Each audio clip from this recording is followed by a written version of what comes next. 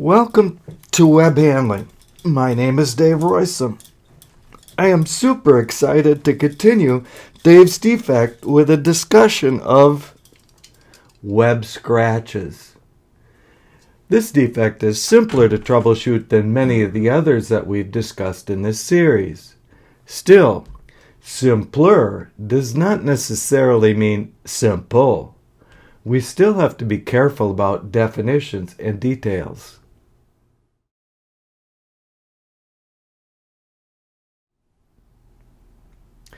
Defining a scratch is simple. First, it is long, perhaps indefinitely long. Second, it is narrow, much narrower than ridges or valleys in thickness profile, for example. Third, it is fixed in the CD. It simply does not move sideways. Yes, there may be neighboring scratches that come and go, but all scratches, when they come, stay in a single position until they go away.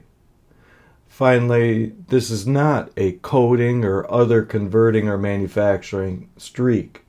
Those are quite different defects that rarely have anything to do with scratches. The good news is, for this defect that makes it much easier to diagnose than the others that we've discussed, is that there is only one single root cause mechanics.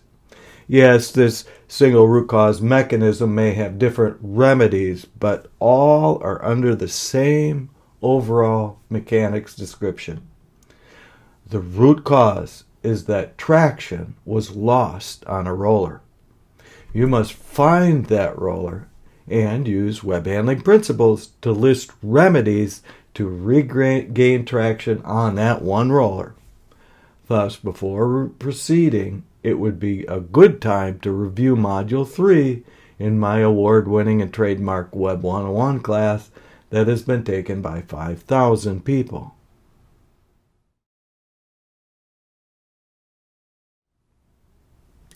The goal is simple.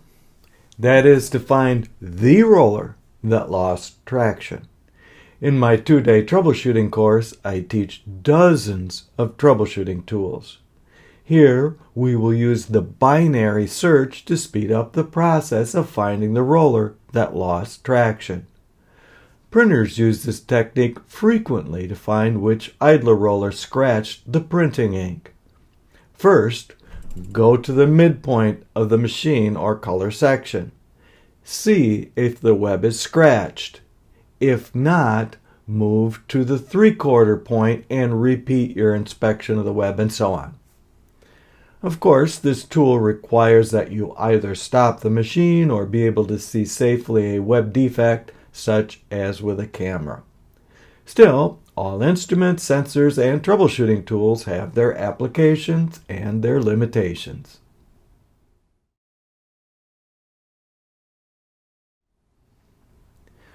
We even have 2 free and easy website apps to help troubleshoot scratches and the loss of traction. While these calculation apps are easy to use, they do require web handling technical background. There is no better way to get this than my Web 101 school, where we have a several-hour-long discussion of traction in Modules 3 as well as elsewhere.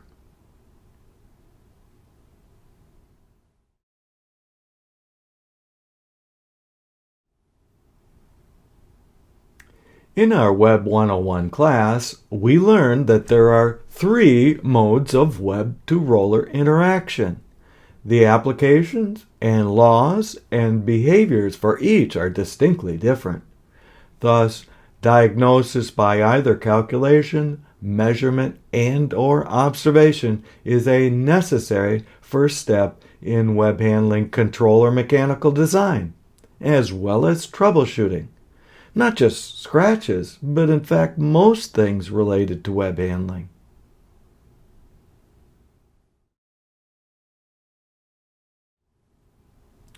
It is usually not a good idea to let the web slip on a roller.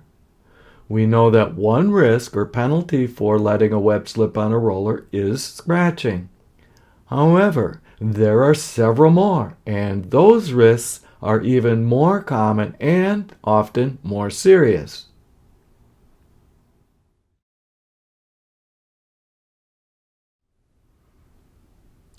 So, even though scratching is not the most common problem with traction loss, it is serious enough that studies and papers have been written on this.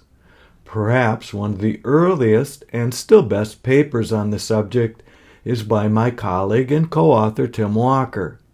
He elegantly shows us why smooth rollers may be more risky for scratching than rough rollers. Web handlers, of course, would know why that might be the case.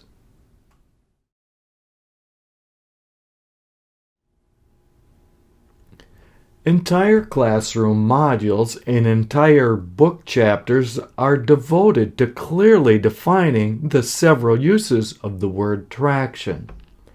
As a state, it is a binary yes-no answer to the question of whether the web and the roller travel at the same speed on some portion of the wrap.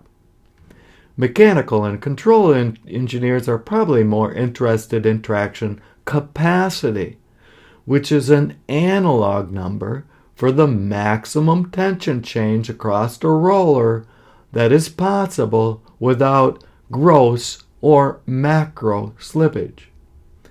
Capacity and thus state depend on a number of factors that have been known for decades.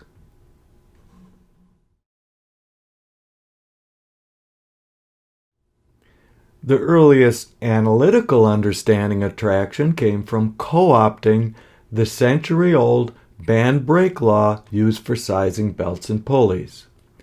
Traction capacity is defined simply by only two variables: wrap angle, which is quite easy to get, and coefficient of friction, which may take a bit more work to get.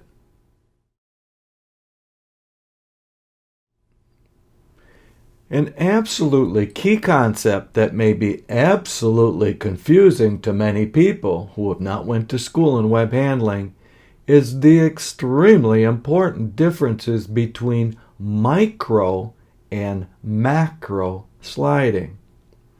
Micro sliding always happens on every roller that is in traction, whether driven or undriven, but never causes scratches. Macro sliding, on the other hand, is when you exceed the traction limit on a roller and is always the cause of scratches. Perhaps a demo might help. Micro sliding might make dents but cannot make long scratches. That requires macro or gross sliding.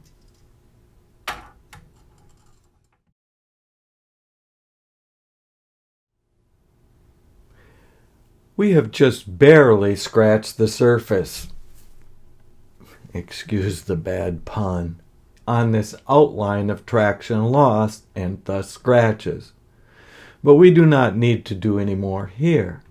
It is well covered elsewhere, such as in my Web 101 course, as well as my 750-page must-have web handling handbook.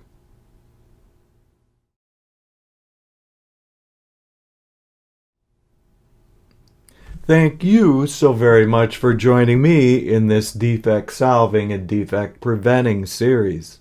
Stay tuned for the next clip where we will outline slitting and other methods to cut the web and how they might cause defects or customer complaints. If you found anything interesting or useful here, please like and share and subscribe. Also, please consider supporting the work of this channel using the Patreon link below. See you next time.